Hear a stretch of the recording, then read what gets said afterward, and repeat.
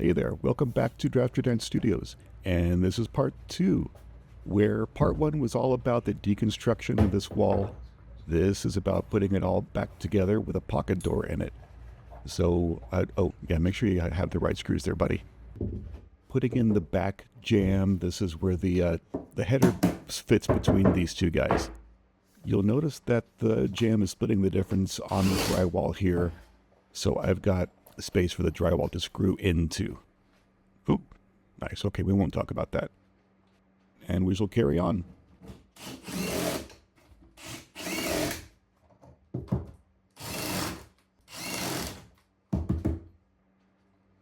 Construction phase update. The back vertical is in. I am now determining the slope. I've got a little strip in there for determining the angle, and it's actually fairly intense. So the strip is level, the ceiling is not.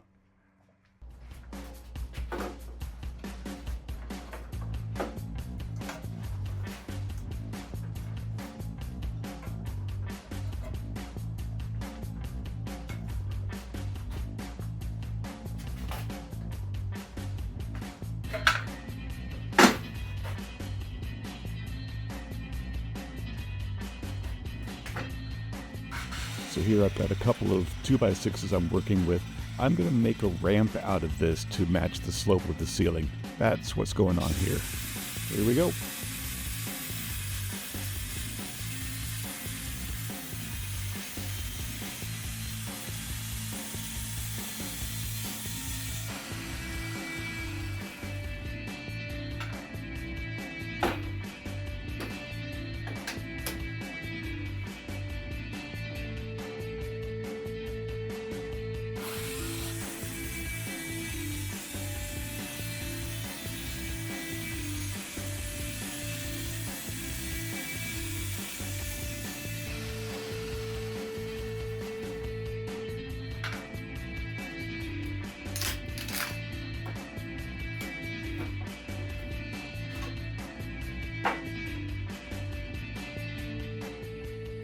Here I'm cutting out a notch, and honestly I don't remember why I'm doing it, but still, there's a reason why I've left this in the video, and that's the reason. I really like that saw, but the handle, I don't like the handle. Stay tuned, that's going to be a new video, make a new handle for Mr. Saw.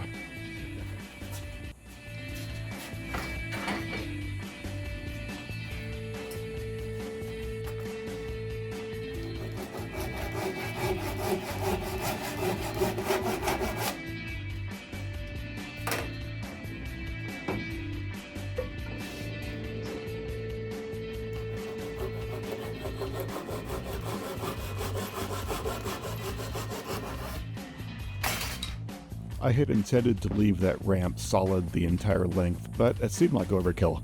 The door that I'm hanging doesn't weigh very much. This is fine. Today's project is putting in the header, so I'll show you where I've got so far. So there's now stringers in there at different heights to make up for the weird angle of the roof. I think the header is ready to, I'll explain the holes in a bit.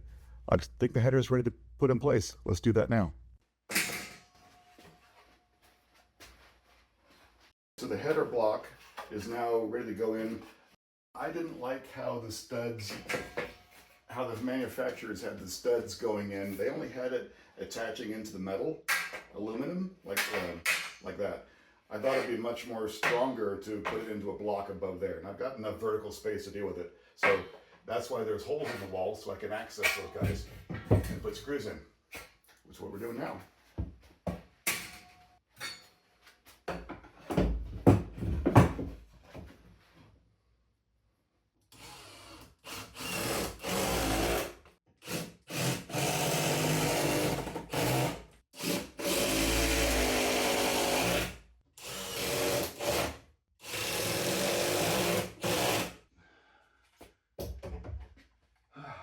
Excellent.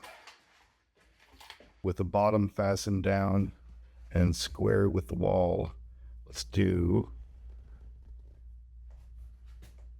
the top plate.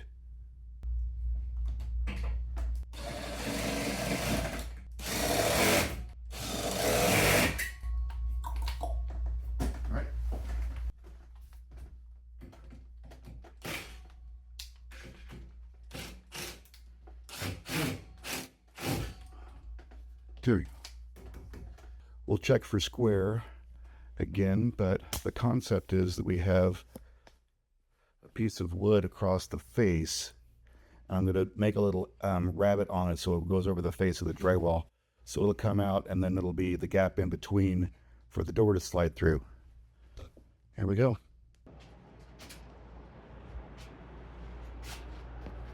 Ah yes, welcome to Phoenix in the summertime. I know I just said I wanted to do the trim, but cameraman Daniel apparently wanted to do the jamb trim first. So let's do that. Okay, I've got one edge of the metal studs clamped up against the drywall, so there's a spacer between the metal stud and this side of the drywall. And this guy is fitted, the trim panel here, so let's put that in now. A little bit of glue.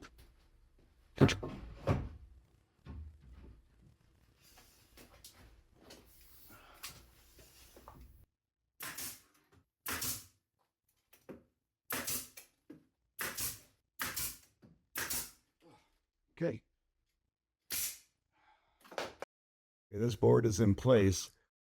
I'm not exactly sure how the manufacturer has decided that you do trimming on this, maybe paint, but if they're going to paint, why did the manufacturer put ink on the passage end of things? Weird stuff. Anyway, so you could see, so the trim board is going to be like a 1/4 inch back standard, so it's going to cover that gap there. A little bit of woodwork, and I have some trim pieces now.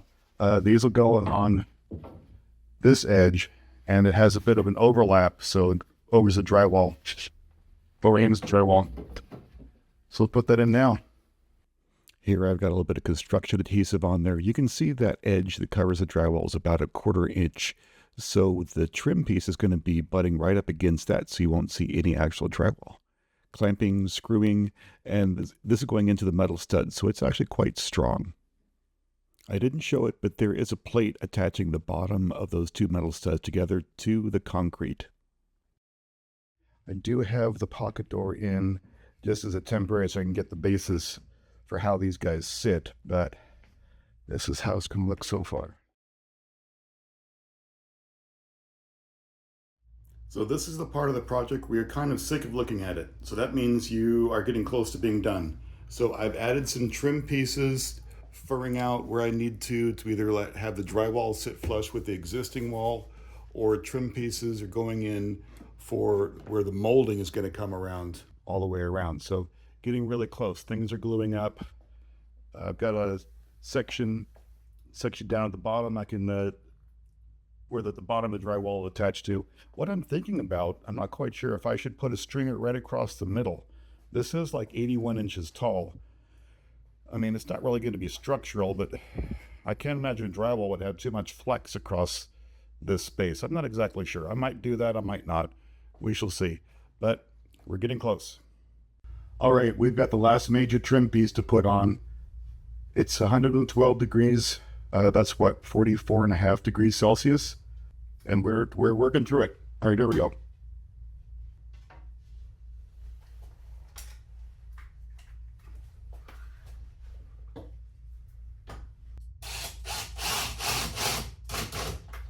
Everything is pre-drilled.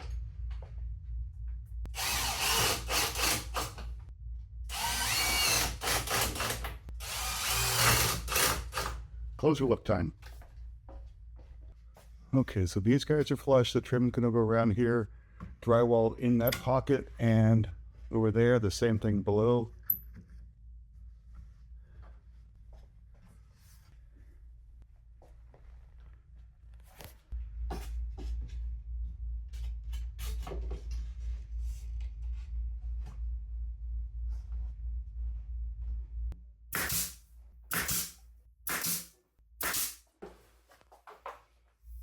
I thought I would show you this before I close this up with drywall. So the whole door is handled by 2 pins screwed into the top rail of the door. Those pins go into receptacles you put on the door, and they have a latch. So the pin comes down from the top rollers, and then this latch comes around and locks the pin into place. Just like that. So that it rolls, and there is about a 1/4 inch of adjustment, which I will need to get the door to close properly up against the frame all the way down. But the next step is to throw some drywall on this and see how that looks. Oh, a quick note, I put a block here that stops the door flush with there.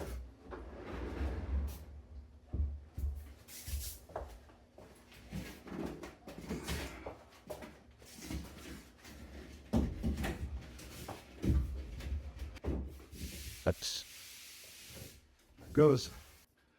I'll screw it in place, and yes, there's a bit of a gap because I'm not great with drywall. I have a decent number of skills. Drywall is not one of them. But mud and paint, it'll be perfect.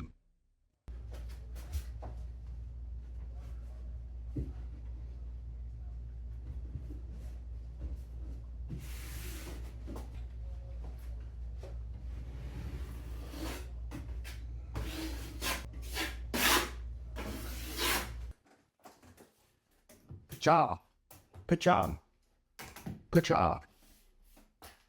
Totally real. A few rounds of drywall mud for texturing. It looks pretty good. So we have a lock set to put in. This is a kind of an interesting one. It uses a little grabby guy like that, so it expands into the lock on this side, which you may not be able to see. I did have to excavate the back a little bit so it would fit.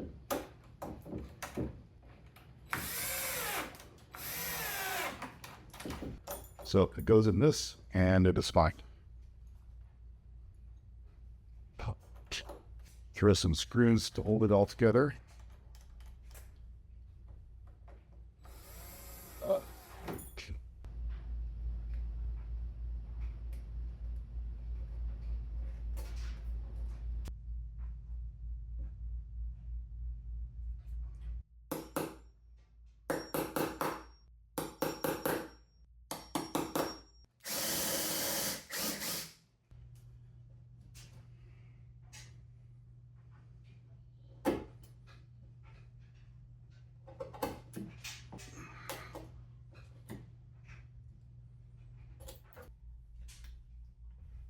Okay, that's better. But first, a quick aside.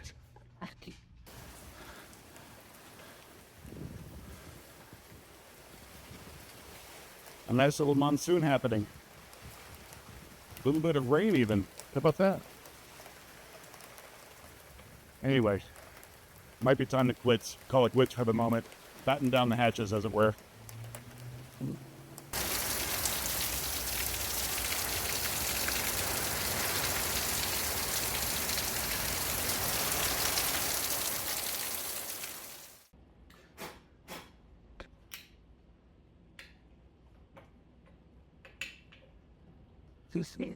Okay, it's nice and flush. Put it in place.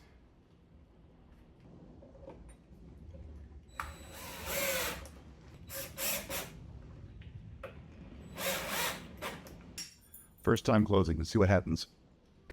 I did figure out you need to hold it against the jamb when you're putting a key in, locking it, because otherwise it just pushes it away like that.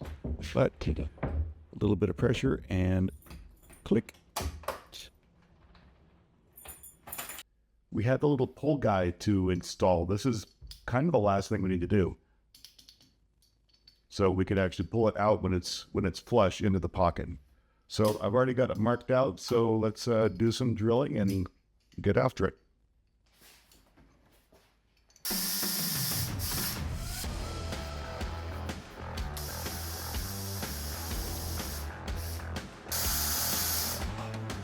Whew. This isn't cutting wood, this is brutalizing wood. Thanks.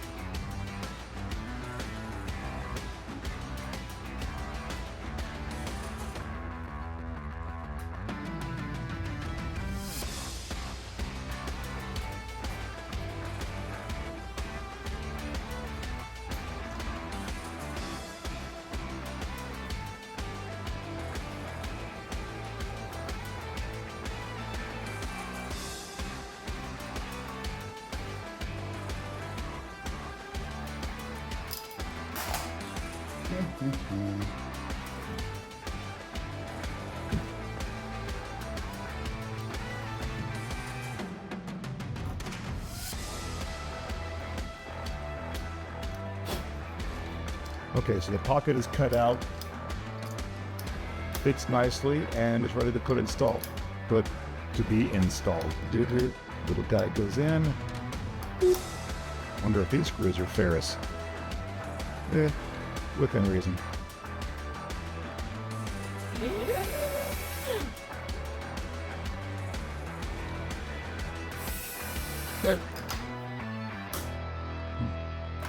All right, let's back up and see how that looks.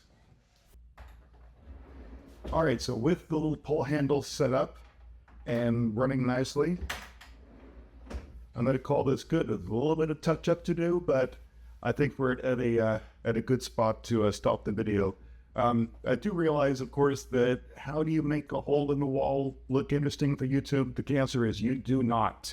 It is a freaking hole in the wall, but at least it's a halfway decent hole in the wall. Thank you.